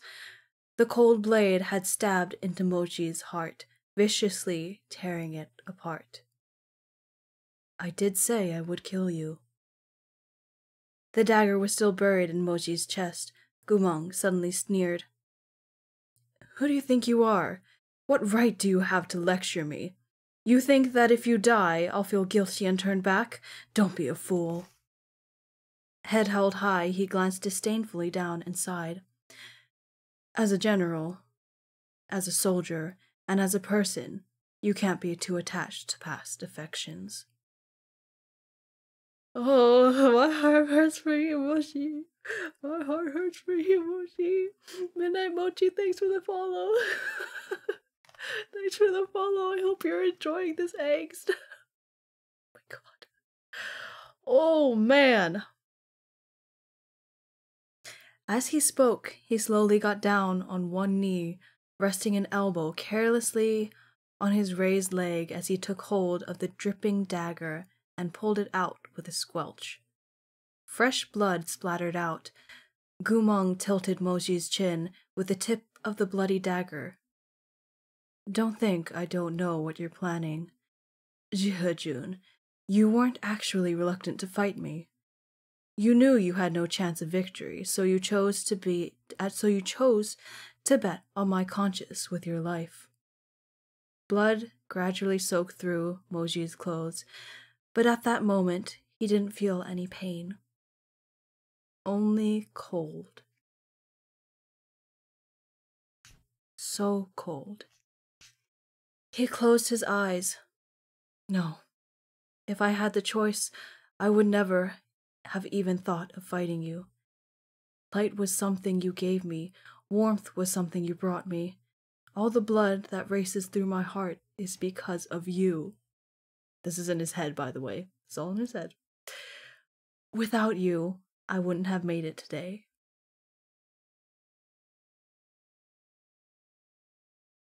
Damn. Sorry to disappoint, Gumong said blatantly. Moji, if I were you, and I ended up in your situation, I'd prefer to bet on my ability to bring my enemy down with me rather than naively try to persuade my opponent to turn back. We were brothers once. This is the last thing I can teach you. The final scene Moji remembered before losing consciousness was the Lao Kingdom cultivators swooping in on a sword to say, anxiously, General Gu, reinforcements are coming from the northeast. An army of Meng's healers. Look! Moji didn't hear the rest of it, although, well, where did that come from? Unable to hold on any longer, he fell forward and collapsed into the blood-stained deck.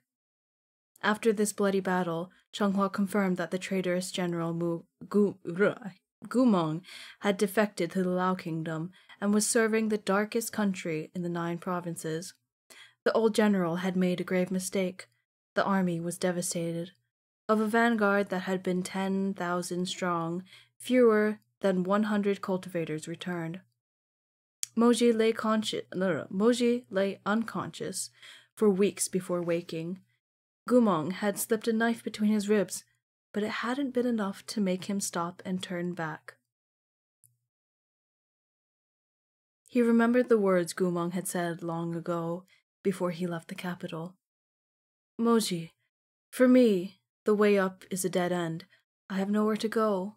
I can only fumble toward hell. Gumong, That's enough. Gumong ordered a jug of wine from the waiter. Breaking the clay seal, he smiled as he poured 2 cups, one for himself, one for Moji. Gumong's eyes twinkled as the cups clinked, sending wine splashing. Have another drink with me. From now on, your Gumong Guga is going to be a bad guy. Ooh, the turning point. At the time, Moji had shaken his head in exasperation, finding him unbearably flippant. Every word out of his mouth sounded so tongue-in-cheek. Moji had known Gumong for many, many years. His heart was so soft that he hesitated to stomp on an ant. How could a sweet child like that become a bad guy? And what had happened in the end? The subordinates of this sweet child had killed Moji's comrades. That sweet child himself had almost killed Moji. Fortunately, Princess... What the hell? Who's speaking? I don't know who's speaking right now. Fortunately, Princess Mungja arrived in time to see you. That dagger was a holy weapon from the Lao Kingdom, tempered with demonic poison. If she had come any later, I'm afraid you would have died. Your wound will scar. You'll need to spend the next few months resting. Moji didn't listen to anything else the healer said. He looked down at the bandages wrapped around his chest. The necrosis had been cut away, but something else seemed to have been gouged out of his heart, alongside the dead flesh. He felt empty and hurt, dissatisfied and hateful. It wasn't until much later, when Gumong suffered the consequences of his actions and was sent back to his old capital, that Moji felt the wound on his chest finally stop bleeding. But it still ached. Many years later, the night before the Northern Frontier Army returned to the capital, Moji sat alone and sleepless in his tent, unconsciously wiping slightly damp eyes. He turned his face to the side, faint candlelight streaming through the muslin lampshade to illuminate his sharply defined profile. He closed his eyes. Without a doubt, he was a loyal subject, and Gumong was a traitor. Moji loathed him and knew he was guilty.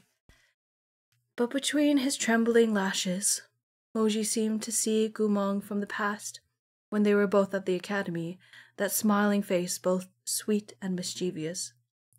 When he was happy, a sharp little canine would appear, and his eyes would glitter brighter than any star Moji had ever seen.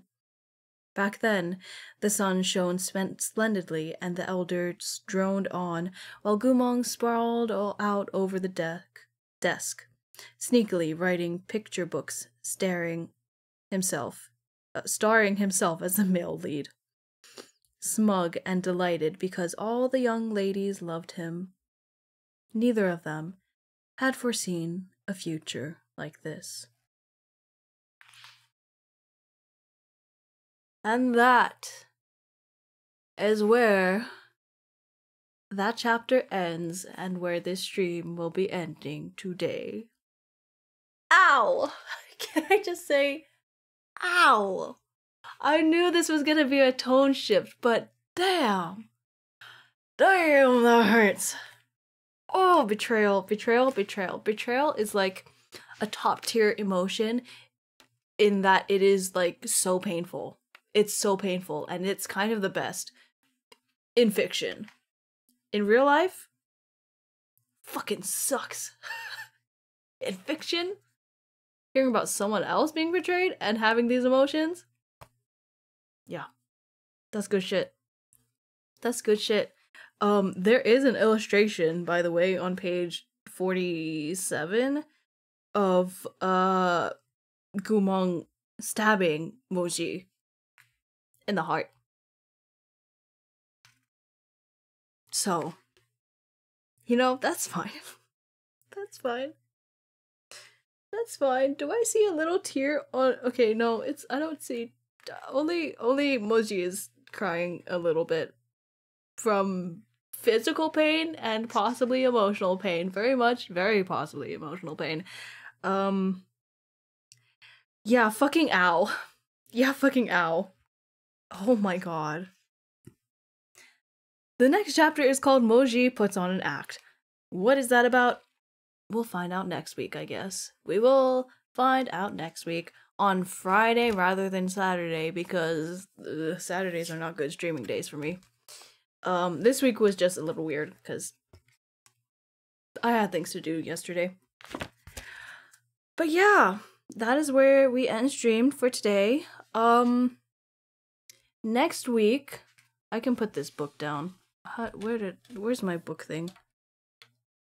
No. Wait. I need to click on YouTube Studio. Hee hee. Okay. I'll put that away. Tomorrow, I haven't made my schedule yet. Tomorrow? Next week is what I mean. Next week, I will only be doing 2 streams. Because next week is my depression week. Whoop whoop. My monthly depression week. If you know, you know. My PMDD bitches get it. But yeah, I will be doing another reading of this, and maybe I'm not actually quite sure what I'm gonna be doing for the other stream, but I'll figure that out. Clearly, I have to figure it out. But yeah, we might be reading. We might be playing Rain and the Wolf again, or we might be doing something else. Who knows? Maybe I'll do an art stream for once. Actually, no, not on Depression Week, but yeah. Anyway, thank you so much for joining. And thanks for all the follows and the raid and everything. And oh no, I'm small. That's crazy. Y'all are insane, actually. Actually, y'all are crazy. Thank you so much. I appreciate it so much. And guess what? I'm on 269 followers. 60. Yay. Okay. Oh man. But yeah. I will see you on Monday, because that is my streaming day. I'll see you on Monday next week, and on Friday, if not Monday. And if not Friday, back on Monday. And if not Monday, then back on Wednesday. If not Wednesday, then back on Friday, and so on and so forth. I hope you have a great rest of your day, and take care of yourself. Wait, should I raid? I keep forgetting raiding is a thing. Oh man. Oh man, I'm such a good streamer. I haven't raided in a while because I'd been doing like smaller streams, but we could raid. Let's see. Following, please. Following. Oh boy, I can't see anything. Sorry, this is in the way. Let's see. Let's see who we can raid. Oh boy. Oh boy. The people who are alive are either like really big streamers. Do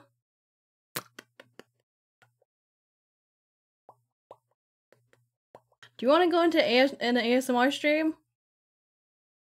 I know that's a bit, it might be a little bit weird, but we can go into an ASMR stream. I mean, it's not too different from what we are doing now. But yeah, let's raid, Raisin. Not raisin, like a, not like the grape, like Reizen. Let's raid, and, yeah. Yeah, I hope you have a good time. Start raid. Why is this? Okay, I don't understand. There we go. Pop out raid browser. That's great. That's great. And now I can't see. Fucking hell, I can't see anything. Oh my god. Hello?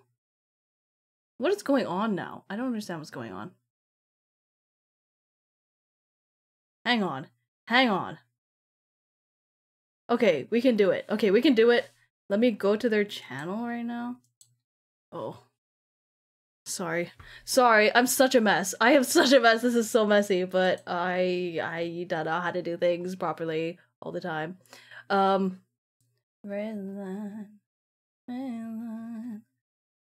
that's right. Okay. Thanks for being here. I'll see you later. I'll see you later and take care. Bye. Where's my ending screen? Bye!